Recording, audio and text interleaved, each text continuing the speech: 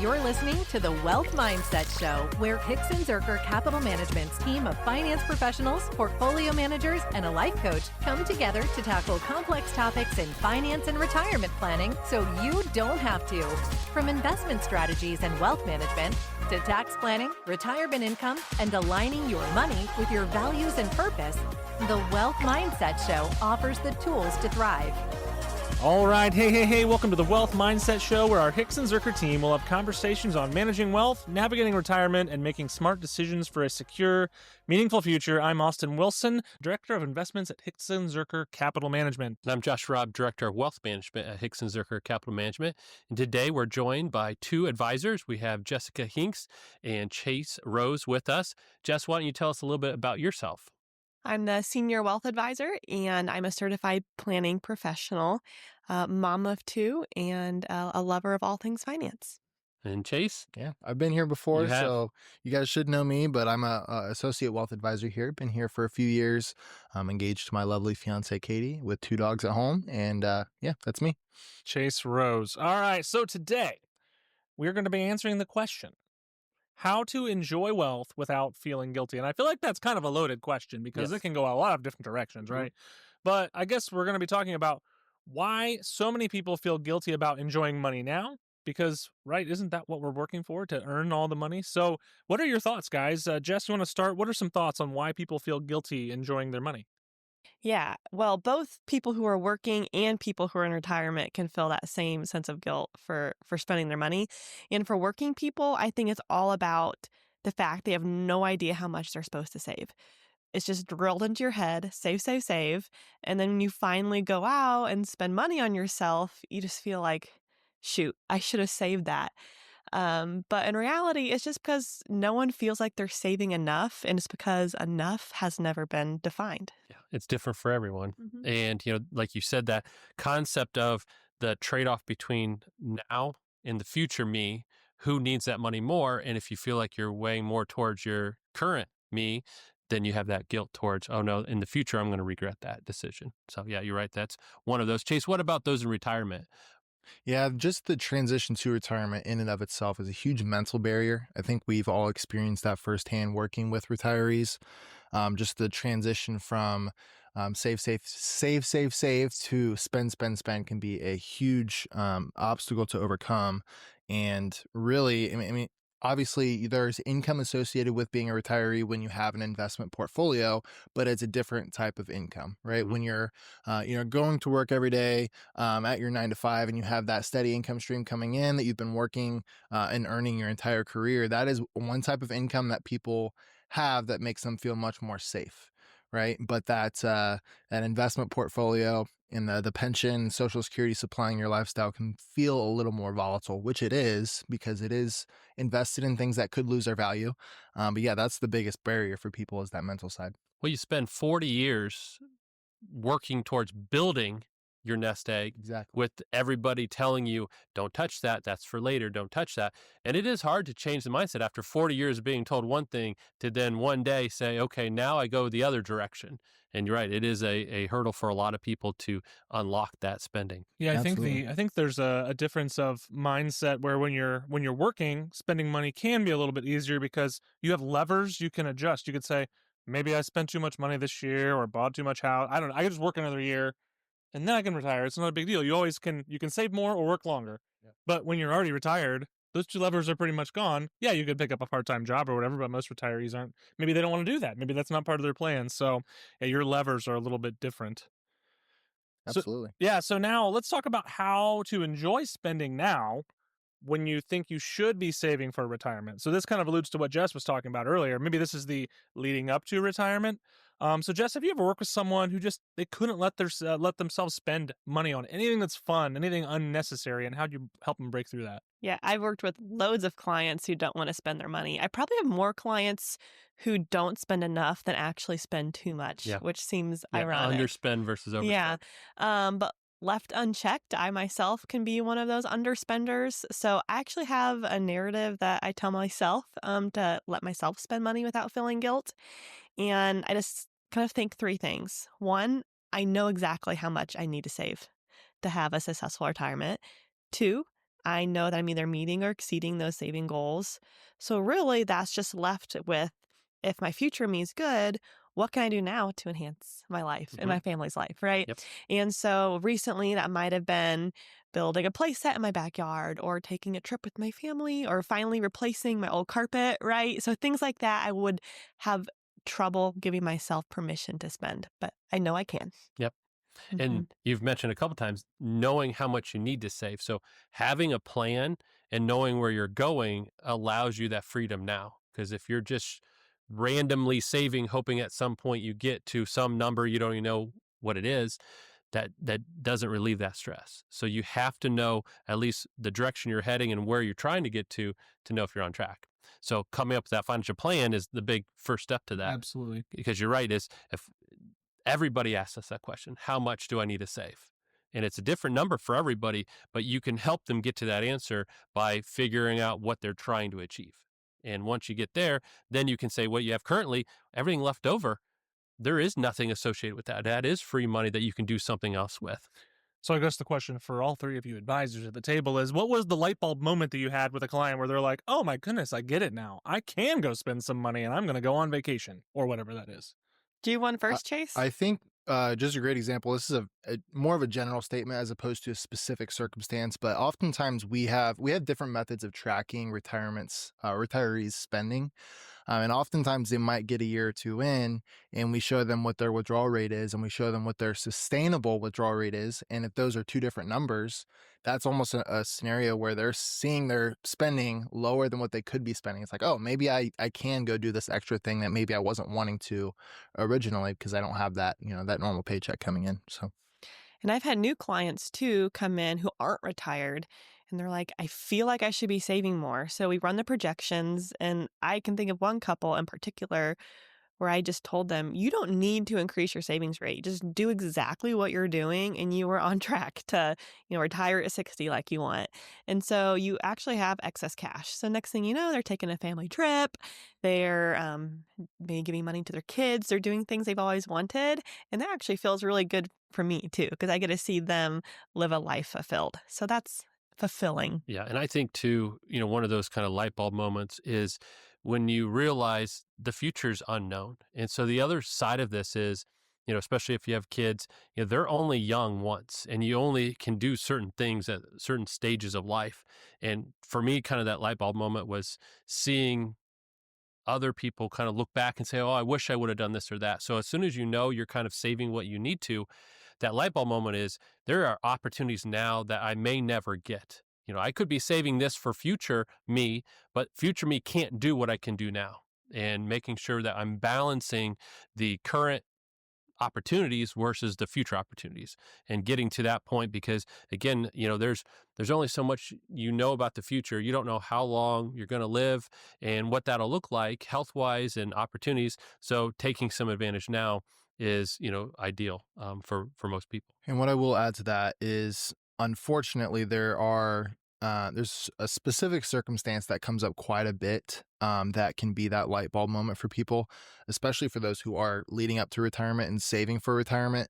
It's when they have someone close to them or someone that they know who passed away prematurely, right? Long before they should have.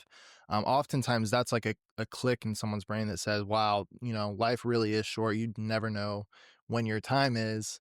And so, yeah, it's great to save for future you, but you also need to enjoy current you as well, because you never know when your time is. And I do see a lot of that guilt in those situations, because if you inherit money from a situation like that, part of that guilt is, can I enjoy this because it came out of a tragic situation, right? So this new money that's here now, if I use it, is that in some way dishonoring the person who passed that gave me this money, right? And so you see a lot of the struggle with people that they early on especially don't want to spend this money, right? They kind of push it to the side and like, I don't know what to do with this. And I think part of it is that guilt of, if I'm enjoying this, is that because I'm happy they're not here, which is, not the case in any way. And that money was set there by that person so you can have a future and a life and be able to enjoy it. But that guilt, I think, a lot of times comes from that inheritance piece of, this money came out of tragedy. Can I even enjoy it? And this is kind of a rabbit trail, but I think a huge key to not having guilt to spending your wealth, whether it was earned or inherited, is spending it in a way that's either aligned with your values or what you perceived of the values of the person you inherited from. Mm. That's why I don't feel guilty when I want to spend money on my family because that's my value, right? My family is my value. So, yeah, if you can figure out what your mom or dad, whoever it was that left you money, would have wanted you to do with it, I think you'll feel a lot more peace Yes, about spending it. definitely. Have you ever felt overwhelmed by the complexities of managing your wealth? You're not alone. Hixon Zuercher Capital Management specializes in helping families and individuals navigate the challenges of managing their finances. Wealth management is all about combining thoughtful financial planning with active investment management to help you reach your goals. Our process is designed to guide you towards what truly matters because we believe wealth isn't the destination. It's a vehicle for something much more meaningful in your life. Achieving your dreams requires careful planning, smart decision making, and access to high quality investments. And that's where we come in. We understand that complex financial situations call for deep expertise in investing, tax strategies, and retirement planning, but our approach goes beyond that. We integrate your financial goals with your core values, helping you visualize the possibilities your wealth can create for a secure future. Our mission is to build, protect, and grow your wealth while keeping your vision at the forefront of our strategies. If you're ready to take the next step in your wealth management journey, visit hzcapital.com/start to see if we'd fit your needs and to schedule your intro call. Again, that's hzcapital.com/start. Now let's get back to today's episode. So let's talk a little bit more about that shift in mindset for once you retire, where you go from having to save all these years to having to start spending that money. Obviously, we talked about some of the difficulties that people have transitioning, because that's hard. That's a big mental block. But I think the question is, a lot of people need permission, they feel like, to spend their money, and that's what financial advisors should be able to do. Is if they put together a well-executed plan, they should be the ones to be able to get permission to have those clients start spending the money. But it's not just advisors who are telling people to spend their money once they hit that moment. So what are some conflicting opinions that people are getting, whether that be, from family, from friends, or whatever, aside from you guys in retirement? Yeah, sometimes it's the same message from different people. We may be saying, hey, you can spend a little bit more, and their kids may be saying as well, hey, mom, dad, enjoy, we're fine. You don't need to save it for us. Enjoy this money. So sometimes it's the same message from two different places, but sometimes it's the opposite, where maybe the kids don't know the full financial picture and they're encouraging one action, and we're saying the other, and then the parents are stuck trying to decide which one do I want to do.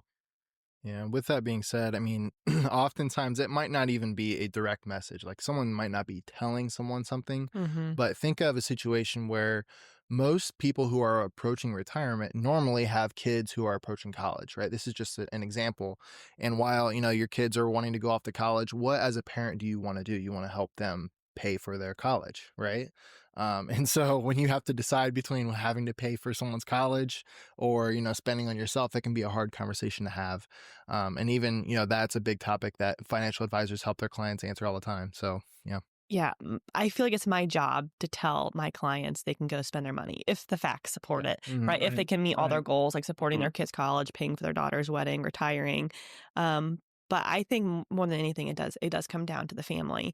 Every once in a while, I've had a client come in and they said something like, I was talking to my daughter and apparently she's a lot better off than I thought she was. And she told me I should just go spend my money. And that, I just want to sing praises to that child. 'Cause I'm like, thank you. Like, you're like, actually, your parent needed to hear that. Thankfully, I've never heard the opposite, or else I'd probably Stop spending money. so mad. And heard my kid tell them.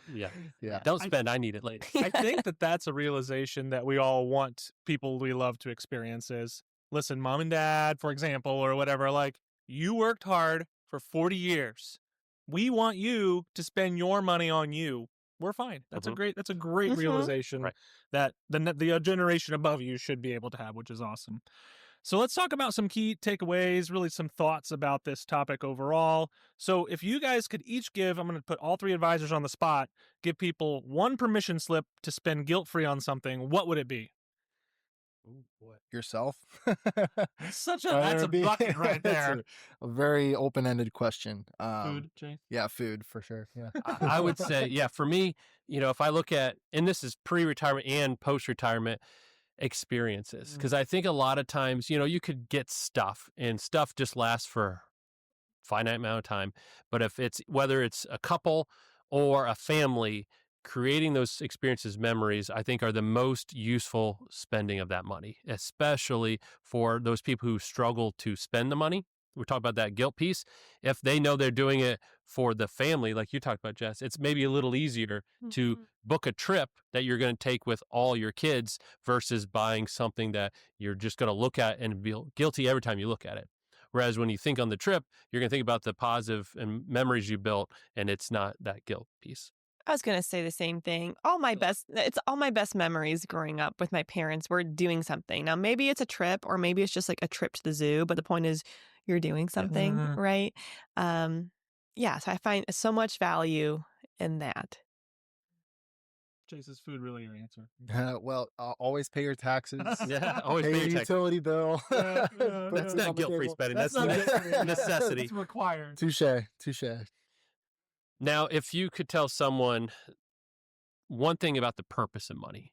So, sometimes that's the underlying thing that guilt comes from is, what's the purpose of money anyways? How would you phrase that? Or how would you let somebody kind of get past that guilt piece by better framing what money is there for? Yeah, this ties really well into a previous podcast topic we've actually talked about is, does money buy happiness? Money, your life savings is a tool for you to do the things that you want to do the things that make you happy, right? And so whether that's just being enough to live on so you can go volunteer with your favorite organization, or whether that is, saving enough for you to be able to withdraw funds and go take those trips or whatever it is that you want to do. That's really the purpose of your money, is to buy yourself freedom, buy yourself happiness, to allow you the time and the resources to do the things you want to do. Yeah, I think at the end of the day, money is essentially a means of exchange for goods and services, right? So the money is not there to just sit in an account and grow forever and ever and ever and ever. Maybe that's something you want to do, is leave a legacy with your finances, and we'll be talking about that plenty in the future. But money is there to spend. Money is there to buy things and do things and have experiences. And if you're not using it for that, you're kind of missing the point. Yeah. Yeah, you always hear the saying that money's the root of all evil, but really, I think money is just it just enhances who you are. So if you're spending money on things that are valuable to you, that are aligned again with your core values, I think it's going to bring you a lot more peace, and it's going to bring you a lot more impact and a lot more legacy. Another thing I will add to that, you mentioned money is the root of all evil. So people can often tie this number in their brain or tie their happiness to a number in their portfolio, right? I think it's the love of money or the need to have a certain amount of money in your portfolio that can be the root of that evil, right? And so using the money as we've already talked about, a tool for happiness, and not tying your happiness to the money itself is really important. I think sometimes it's a fear as well, right? Sure. Yeah. Yeah, we can talk about that number, but that number is largely based on fear. If I go below this number, something's not going to work or whatever like that. Yep. And I don't think that's necessarily a happy relationship with money either. As long as your financial advisor isn't ringing you up on the phone saying, hey, we got to make some changes, your plan's probably still going to be fine, whether some arbitrary number was hit or not. Don't tie your self-worth to your net worth. I mean, that's really what it is, right? I want a t-shirt. Write that down. That's what it is who I am is not defined by my bank account. That's just a result of what I've done, but also a tool to then further my values and what I try to do best. So, And for the record, when people do have that number in mind, like when I have $2 million in my portfolio, then I'll be able to relax, then I'll feel peace. They never do. I've seen people get to their number, they feel no different, and the next thing you know, it's a new number. It's a new number. And You're always you chasing. never get there. Yep. Absolutely. So if someone is struggling with guilt about spending money, what's one quick piece of advice you would tell them? One of the easiest advices is start spending on something that you're going to be excited about, whether it's giving to someone else or utilizing it for others, because you have less guilt if you're going to be spending some of that money for others, whether it's your family or charity or whatever it is. But that's a nice, easy step to say, okay, spend the money, but not on you. And that usually helps them release that a little bit and move forward. Yeah, my advice is figure out what's excess. Figure out what you need to pursue your goals, which means you actually have to take time to identify them. Get a plan. Yeah. And then the rest is just the fluff, right? So you can give yourself permission to spend the fluff. Chase, anything else? Yeah, I would say it's kind of playing off what you already said, Jessica, but oftentimes, people are spending and they might feel guilty about it, but just a healthy reminder, whether it be from a financial advisor or from someone you trust, that maybe you're not spending too much, because I feel like that is the aspect that brings guilt, right? I'm spending this money, but it might be too much, so future me is going to suffer for it. Just a healthy reminder that you're not spending too much can be that motivating factor to not feel guilty about it. And I think an important part of that is, I think a word that people are scared of is the B word, right? The budget word. You don't need to budget, right? But at least track for a few months at a time. Be aware. Be aware of what you're spending. And I think that goes a long way. Yeah. My favorite financial blog calls it mindful spending. There you go. There you go. At first, I thought you were going to reference someone else's blog. Not to have hands. No, Hashtag theeverydayadvisor.com. Go check it out. All right. Well, thank you, Jess. Thank you, Chase, for joining us on this conversation today. If you found value in our conversation, don't forget to subscribe to the Wealth Mindset Show on whatever platform you're on so you never miss an episode. Visit us at thewealthmindsetshow.com for more resources, or if you're ready to invest with us, or what you'd love to hear, you're doing just fine, go spend your money, hopefully. Go to the hzcapital.com/invest with us and start there. And we'd also invite you to follow us on all of our social media platforms and stay connected. So thank you for listening, and we'll be back in the next episode. All right, talk to you later. Thanks. Bye. Thank you for joining us at the Wealth Mindset Show, where we tackle the complexities of finance and life planning to help you align your wealth with your values.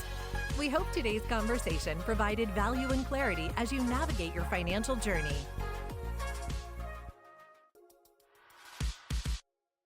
Your hosts work for Hixon Zuercher Capital Management, and all opinions expressed by them or any podcast guest are solely their own and do not reflect the opinions of Hixon Zuercher Capital Management. This podcast is for informational purposes only and should not be relied upon for investment decisions. Clients of Hixon Zuercher Capital Management may maintain positions in the securities discussed in this podcast. There is no guarantee that statements, opinions, or forecasts provided herein will prove to be correct. Past performance may not be indicative of future results. Indices are not available for direct investment, and any investor attempting to mimic index performance would incur fees and expenses that could reduce returns. Securities investing involves risks, including the potential loss of principal, and there is no assurance that any investment plan or strategy will be successful.